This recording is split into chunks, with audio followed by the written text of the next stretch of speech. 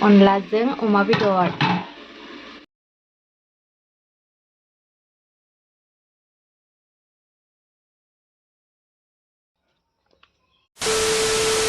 Hello everyone, welcome back to my channel. नोंथांमोनखौ आंनि चैनेलाव फिन खेबसेबाव बराय हरफिनबाय। आसा खालामो नोंथांमोना गासिबो मोजाङैनो दङ होननानै। जोंबो मोजाङैनो दङ। बेनिफ्राय जों दायो दिंखिया खानो फैदों आरोना। दायो जिरायदो दसे, सान्दुं गोसाना बिनि थाखायनो एसे थान्दा जाथो होननानै जिरायदो आरो। ओमफ्राय दायो दिंखिया खानोसै जोङो। नोंथांमोना भिडिअखौ जोबजासिम नायलांबाय थाबानो जाबाय। थ' दायो आं भिडिअखौ स्टार्ट खालामसै। थौदो लोगोफोर, जों दायो नै बेनिफ्राय ओरैहाय खालांगोन आरो। बेसिम बैयावबो दोङो, बिथिंबो दङ। बेखौ खाजोबगोन जों दायो।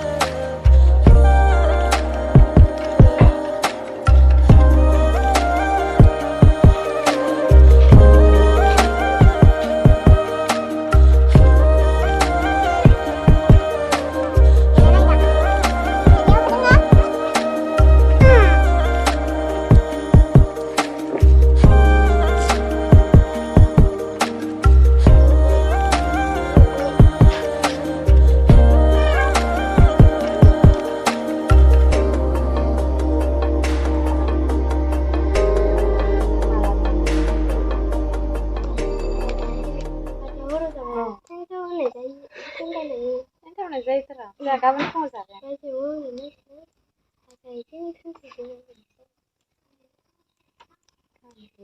माखौ गारहरलायदो बिरखारलायनाय बिदि मेरायनाय नालाय, जेनेबा बिदि बन्दबनाय नालाय थेन्थावनाय जायो खोमा।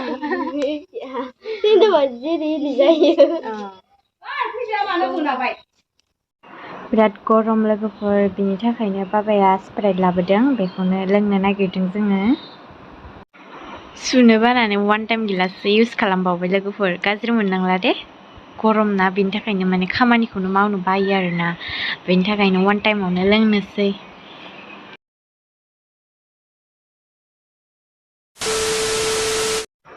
मोनानि संगासिनो लोगोफोर, दावदै एवदों आङो। बेनिफ्राय बेलेग जेबो खालामा। मेगि एवगोन दा, मेगि बानायगोन। सानजौफुनि ओंख्रि दंखायो, बेजोंनो जागोन। दावदैया मोनबाय। आं बारा एवनो रोङा, नै मोनसे बेलेग जाबाय। एन्ड नैबेबा माबायदि जायो मोनथिला लोगोफोर।